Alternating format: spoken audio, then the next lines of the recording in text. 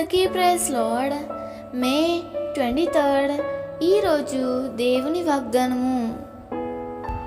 నా శాంతినే మీకు అనుగ్రహించుచున్నాను. యోహాను సువార్త 14వ అధ్యాయము 27వ వచనము.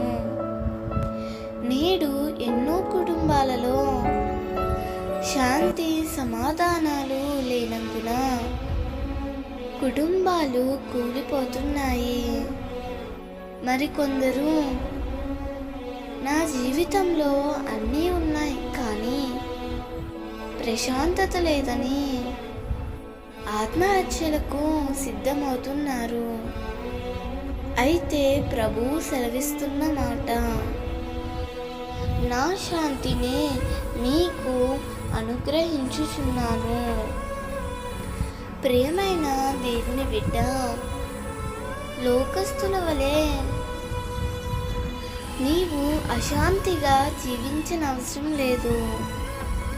పరిస్థితులు ఎంత ప్రతికూలంగా ఉన్నప్పటికీ, నా అన్నవారందరూ వ్యతిరేకంగా అయినప్పటికీ నీవు ప్రభువు మీద ఆధారపడి ఉన్నందున అన్ని సమయాలలో ఆయన నీకు శాంతిని అనుగ్రహిస్తాడు.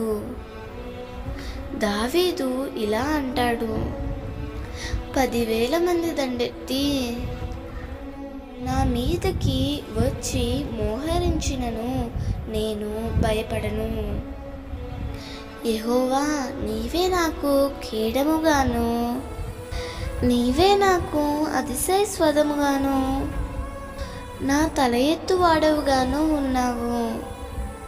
పరిస్థితులు ఎంత ప్రతికూలంగా ఉన్నా దేవుని ప్రజలు ఎల్లప్పుడూ ధైర్యముగాను ప్రశాంతంగాను జీవిస్తారు.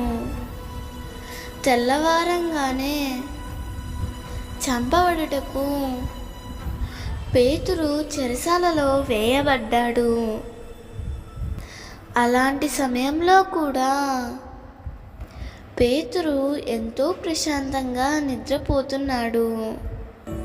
ప్రియమిత్రమా, వారి వలె నీవు కూడా దేవుని మీద ఆధారపడితే ఆయన శాంతిని తప్పకుండా అనుభవిస్తావు.